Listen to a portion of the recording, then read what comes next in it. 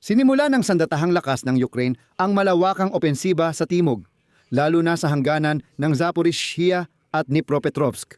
Aktibong ginagamit ng sandatahang lakas ng Ukraine ang armored vehicle at mabilis silang sumusulong ayon sa mga Russian war correspondents. Totoo nga ba ito? Dahil dito, lumitaw ang iba't ibang opinyon. Sa isang banda, may ebidensya ng hiwa-hiwalay na kontra-atake ng sandatahang lakas ng Ukraine. Halimbawa, ayon kay Konstantin Mashevets ng grupong impormasyon na pagsuway, siya ay diretsong nag-ulat ngayon. Sa ilang bahagi ng timog na operasyon, nagkontra-atake ang sandatahang lakas ng Ukraine sa mga unahang posisyon ng kalaban na may ilang partikular na resulta. Kasabay nito, itinanggi ni Vladislav Voloshin, opisyal ng puwersa ng depensa ng Timog Ukraine, ang impormasyon at sinabing walang malaking kontraopensiba. At ang mga Ruso ay nagpapakalat ng ganitong mga peking balita at hindi ito basta-basta lang.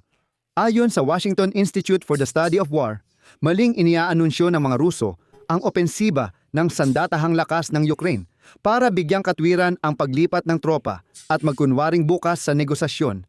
Ngunit napipilitan lang silang ipagtanggol ang sarili laban sa sandatahang lakas ng Ukraine. Dagdag ng Institute for the Study of War, kabaliktaran nito, ang mga Ruso ay aktibong naghahanda para sa malawakang opensiba ngayong tagsibol.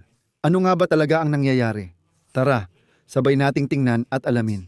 Ako si Alexi Pechi. Tara't pag-usapan natin ang paksang ito, pero bago tayo magsimula, hinihiling ko na mag-subscribe kayo sa channel, mag-like, mag-iwan ng kahit anong komento, at siguraduhing mag-subscribe din sa aking Telegram channel na Pechi News. Ang link nito ay nasa description ng video na ito. Doon kami nagpo-post ng mga balita agad-agad kapag may bagong impormasyon. Nitong Pebrero 10, aktibong pinakalat ng mga Ruso ang naratibo na nagsimula ng malawakang opensiba ang sandatahang lakas ng Ukraine sa timog ng bansa.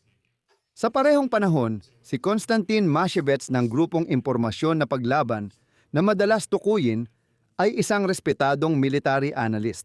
Noong Pebrero 10, iniulat ng tagamasid na sa ilang timog na operasyon ng sandatahang lakas ng Ukraine, nagsagawa sila ng kontra-atake sa mga posisyon ng kalaban at nagkaroon ng ilang resulta. Iniulat ng portal na Deep State sa kanilang bagong mapa ang pag-usad ng kalaban, ngunit walang impormasyon mula sa mga analyst tungkol sa galaw ng sandatahang lakas ng Ukraine. Ipinaliwanag ng Washington Institute for the Study of War ang nangyayari. Una, magbibigay ako ng sipi, tapos tatalakayin natin ito.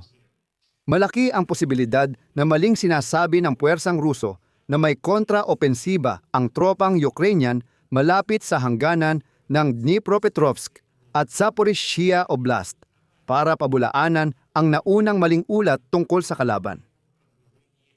May mga koneksyon, may ganong lugar. Sabi ng isang Russian military blogger, sinasamantala ng puwersang Ukrainian ang mahamog na panahon at paghinto ng paggamit ng mga tropang Ruso ng Starlink sa Ukraine para sa kontraopensiba. Malapit sa Sosnovka, Novoalexandrovka at Nechaevka sa hilaga ng Gulyai-Pole, isa pang military blogger ang nagsabing umaabante ang mga puwersang Ukrainian sa Ternobata sa hilagang kanluran ng Gulyai-Pole. Ayon sa isang Russian military correspondent na konektado sa Kremlin, unang beses sa matagal na panahon na nagsimula ng lokal na kontraopensiba ang puwersang Ukrainian sa silangang Zaporozhye Oblast. May ilang military correspondent na nagsabing may kontraopensiba ang puwersang Ukrainian gamit ang armored vehicle sa hilaga ng Gulyai-Pole sa ilalim ng makapal na hamog at mahinang koneksyon ng mga Ruso. Ayon sa military correspondent ng Russian Federation, napaalis ng puwersang Ukrainian ang mga tropang Ruso sa kanluran ng Prilukov at Pridorozhnoye sa hilagang kanluran ng Gulyai-Pole. Sa puntong ito, itinatala natin na lahat ng nabanggit na mga lugar ay naideklara ng nasakop ng mga Ruso. Sa totoong buhay, hindi pala ito ganap na totoo at kailangan pa nilang magpaliwanag. Ayon sa Institute for the Study of War, iniisip ng mga Ruso ang bagong malawakang kontraopensiba ng sandatahang lakas ng Ukraine na nagtaboy sa kanila mula sa mga lugar na naitaas na nila ang bandila ng Russia. Sabi ni Colonel Vladislav Voloshin, tagapagsalita ng depensa ng Ukraine sa timog, kontrolado pa rin ng Ukraine ang Ternobatoye. Hindi nagtagumpay ang mga tropang Ruso na magsagawa ng seremonya ng pagtataas ng bandila sa nasabing lugar bilang ebidensya ng kanilang pagkakakuha nito.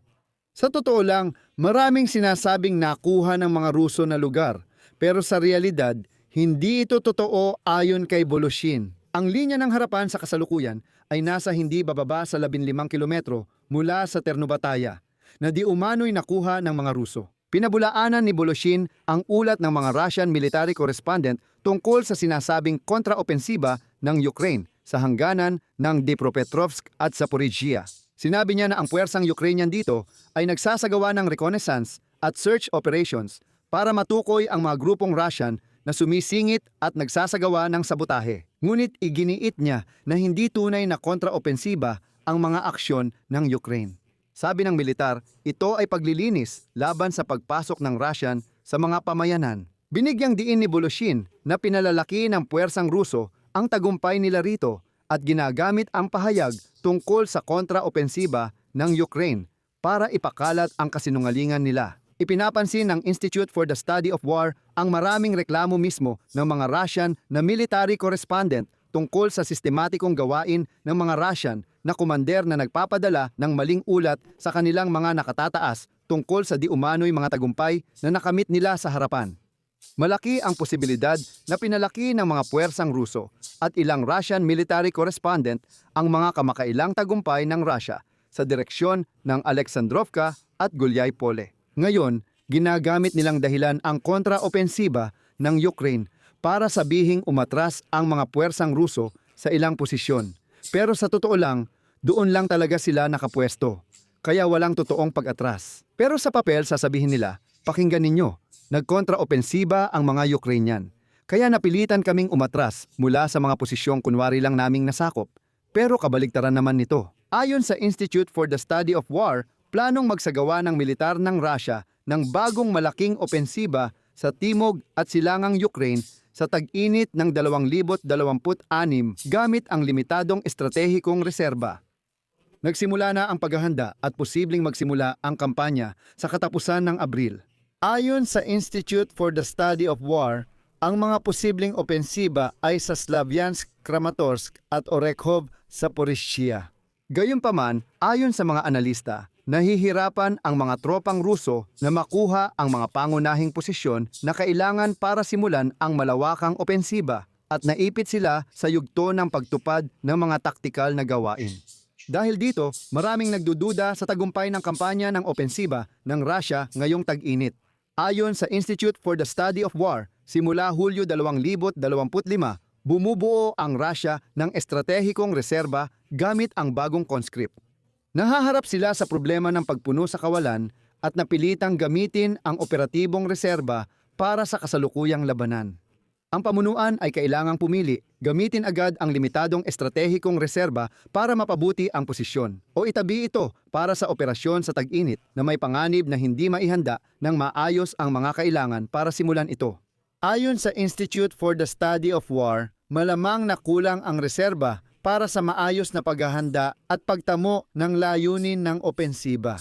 Kaya, magtiwala lang kayo sa mga subok na mapagkukunan ng impormasyon sa mga pinagkakatiwalaang military correspondent at siyempre sa Ukrainian General Staff. Dahil ang mga Ruso, kung nakalimutan ninyo, sinakop daw nila ang Kupensk at Kupensk-Uzloboy. Pero sa totoo lang, wala naman sila roon. Dito ko natatapusin. Ilagay ninyo ang inyong opinyon at mga konklusyon sa mga komento sa ilalim ng episode na ito. Kung nakita ninyong interesante at kapaki-pakinabang ang episode na ito, suportahan ang aming YouTube channel sa pamamagitan ng donasyon at pag-subscribe. Lahat ng mga link at detalye ay nasa description ng video na ito. Yun lang, ingatan ninyo ang inyong sarili. Paalam sa lahat!